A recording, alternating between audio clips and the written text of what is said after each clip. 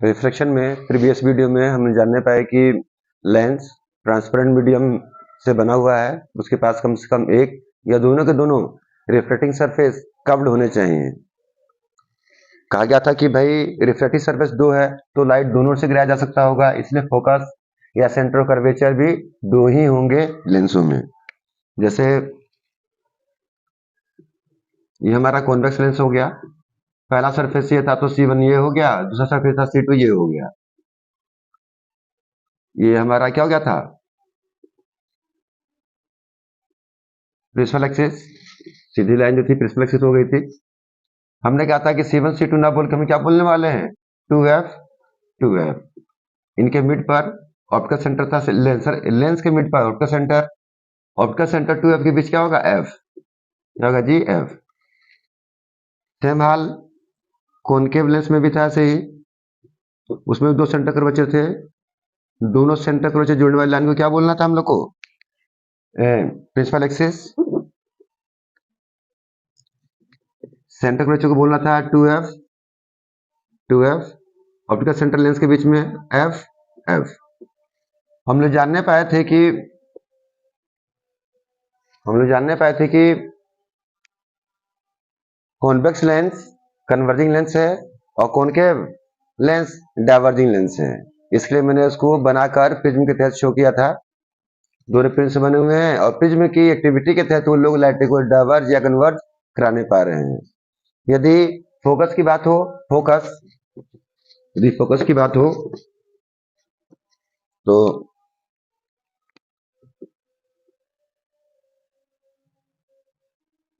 Convex lens का focus infinite आ रही light रे जो प्रिंसिपल एक्सिस के पैरेलल हो, जिस पॉइंट पर प्रिंसिपल एक्सिस को क्या इंटरसेक्ट करेगा वो कहलाता है फोकस। ठीक है जी। और कॉनकेव लेंस में ये ऑप्टिकल सेंटर हो गया, प्रिंसिपल एक्सिस के पैरेलल आ रहा लाइट रे रिफ्रैक्शन के बाद ये डाइवर्जिंग लेंस है, जिस पॉइंट से डाइवर्ज होता है महसूस हो वो पॉइंट फोकस कहलाता है।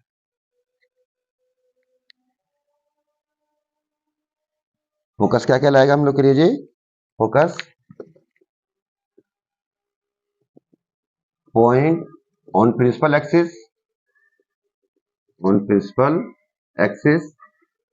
at which light ray coming parallel to principal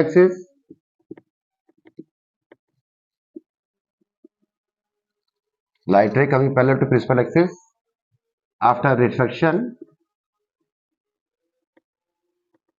either passes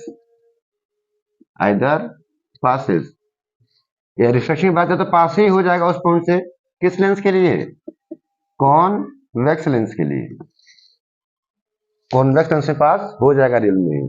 और appears to diverge from that point, किस में जी, कॉनकेव लेंस के केस में। तो फोकस को शो किससे करना है, कैपिटल F से। Point on the principal axis पर वो पॉइंट, ठीक है जी, एट विच जिस पर प्रिंसिपल एक्सिस के पैरेलल आ रहा लाइट रे लेंस है रिफ्लेक्शन के बाद या तो पास होता है कॉन्वेक्स लेंस में या एपियर्स टू डाइवर्ज होता है कॉनकेव लेंस में। उस पॉइंट को हम लोग क्या बोलते हैं जी, फोकस। ऑप्टिकल सेंटर से फोकस के बीच की दूरी क्या बोलते हैं, फोकल लेंथ, स्मॉल f से लिखते हैं इसको। ऑप्टिकल सेंटर और प्रिंसिपल एक्सिस के बीच की दूरी क्या बोलते हैं, फोकल लेंथ, जो कि लेंथ है सेंटीमीटर से मापेंगे उसे हम लोग। और ऑप्टिकल सेंटर की बात हुई थी हम लोग के यहाँ, ऑप्टिकल सेंटर लेंस का मिड पॉइंट है, लॉन्गिट्यूडनली भी देखा जाए और ट्रांसवर्सली भी देखा जाए तो लेंस का मिड पॉइंट है, वो शो किया जा रहा है। पढ़ने में आ रहा है कि इस पे जो लाइट रे इंसिडेंट होगा वो बिना रिफ्लेक्शन के ही पास निकल जाएगा, यहाँ बात यह है कि जो हमारा स्टडी है वो थिन लेंस के लिए है, स्टडी जो है वो थिन लेंस के लिए लागू होता है। 10th में 12th में जो भी लाइट पढ़ने को है, लेंस तो थिन लेंस के लिए लागू हो रहा है। ये लेंस पतला होगा, जैसे ये लेंस, जैसे लाइट जो आ रहा है अपने सेंटर पर, ठीक है जी, कुछ बेंड हो रहा है, कुछ बेंड हो रहा है, झुक रहा है नॉर्मल की ओर, और फिर नॉर्मल से दूर भी हट रहा है।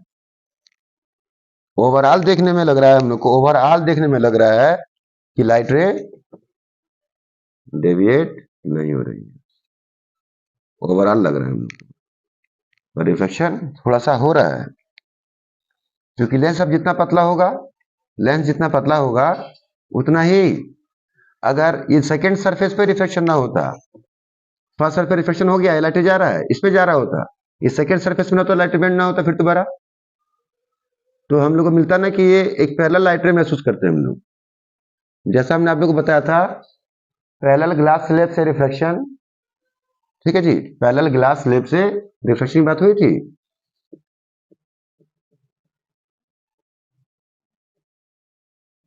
इमरजेंट रे ओरिजिनल डायरेक्शन के क्या था, पैरेलल था, जिसको हमने लेटरल डिस्प्लेसमेंट के नाम से बताया था।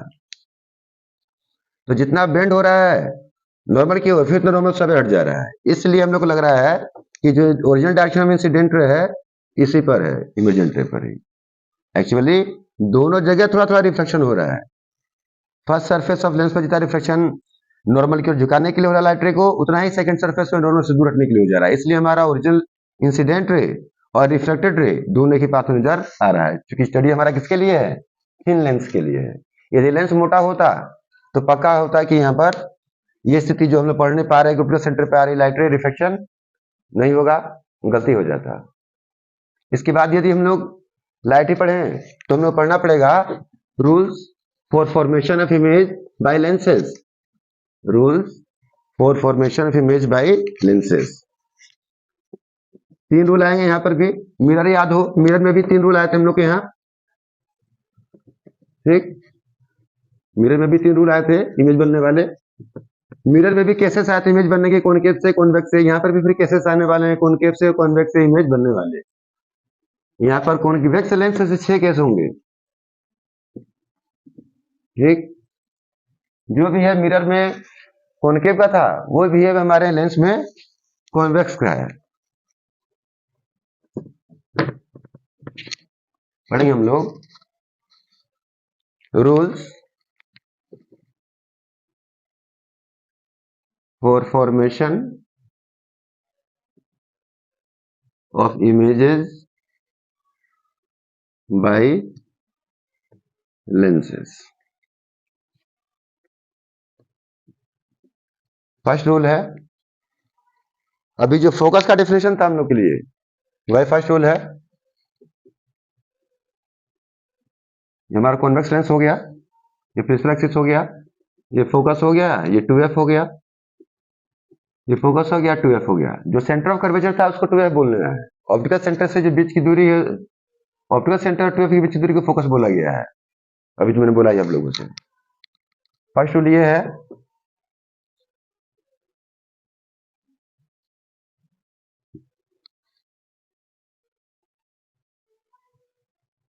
Optical centre f 2f f 2f। First rule ये है कि प्रिंसिपल एक्सिस के पैरेलल आ रहा लाइट रे रिफ्लेक्शन के बाद फोकस से पास होता है। फर्स्ट रूल ये है कि प्रिंसिपल एक्सिस के पैरेलल आ रहा लाइट रे रिफ्लेक्शन के बाद फोकस से पास होता है। प्रिंसिपल एक्सिस के पैरेलल आ रहा लाइट रे रिफ्लेक्शन के बाद ऐसे डाइवर्ज होता है कि फोकस से आ रहा है। ये हम लोग का क्या रहा फर्स्ट रूल, क्या चीज, light incident parallel to principal axis after reflection passes through focus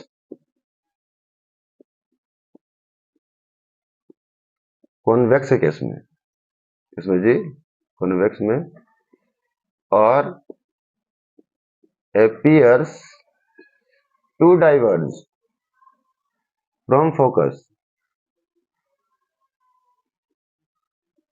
concave में। ठीक है जी। फर्स्ट रूल है जो प्रिंसिपल एक्सिस के पैरेलल आ रहा है लाइट रे, रिफ्लेक्शन के बाद फोकस से पास होगा कॉन्वेक्स में। प्रिंसिपल एक्सिस के पैरेलल आ रहा है लाइट रे, रिफ्लेक्शन के बाद डाइवर्ज होगा, लगेगा कि फोकस से डाइवर्ज हो रहा है, लगेगा कि फोकस से डाइवर्ज हो रहा है। सेकेंड रूल है कि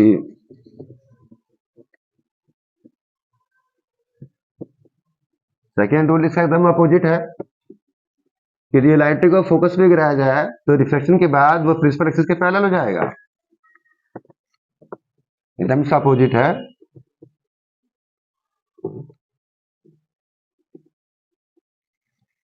यदि हम लाइट रे को कहाँ गिराए हैं, फोकस पे गिराए हैं, तो रिफ्लेक्शन के बाद क्या हो जाएगा, प्रिंसिपल एक्सिस के पैरेलल हो जाएगा। यहाँ तो हम गिरा नहीं पाएंगे, पर लगेगा कि गिरा पा रहे हैं, लगेगा कि हम गिरा पा रहे हैं क्या, फोकस पर, और उसके पहले क्या होगा, रिफ्लेक्शन के बाद वो क्या हो जाएगा जी, पैरेलल। सेकेंड रूल है कि लाइट इंसिडेंट ऑन फोकस किस पर, कॉन्वेक्स में गिरा पाएंगे हम लोग, कॉनकेव में हम लोग नहीं गिरा पाएंगे। और appears to incident on focus